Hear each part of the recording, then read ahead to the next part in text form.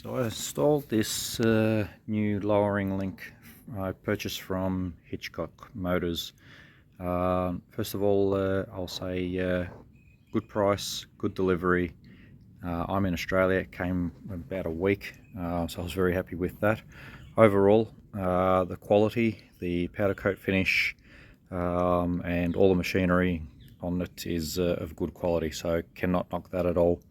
The installation is, I wouldn't say too difficult. It's done within an hour, removing the 3 bolts and replacing them, of course, doing them from both sides, and a little bit of grease, and putting it all together.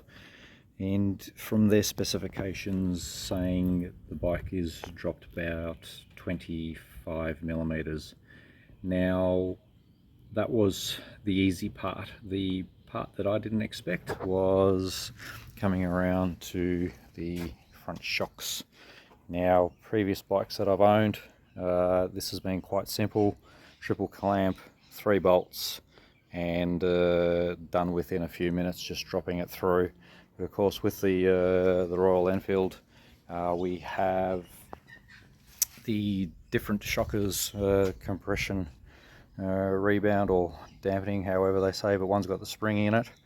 And so I found one of these shot up, one of these went down, and I probably went the more difficult way of doing it, but it was 1 hour's worth of very physical, very difficult job trying to get these to line up and compress one of these to sit in its place.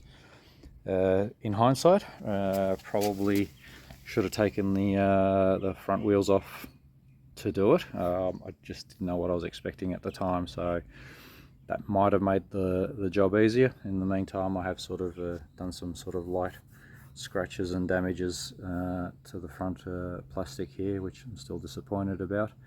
So yeah, that's just something to keep in mind for anybody that's going to be doing this job. Otherwise, keeping in mind, if you're going to do this, it's going to be nearly impossible to put the bike back onto the center stand unless you're a pretty strong person. I do struggle to get it back up there now, so that's become pretty much a useless feature unless I can get it shortened by some means. Apart from that, prior to fitting this, I'm 5'9". I was sort of a little bit on half tippy toes, and it was less than I expected. I'm not flat foot yet, put it that way. It's close, but not yet. I was hoping to be flat foot on this, so not quite there. Look, given what I went through with the front shocks and losing the ability of the center stand, I probably, doing it all over again, I probably wouldn't bother with what I've gained. It wasn't significant enough for the effort. That's not knocking the product. Great work, great product. It's probably just not for me. So yeah, just some feedback. If anybody's got anything, I'm going to do another video on this Red Line Edition bike that I've got.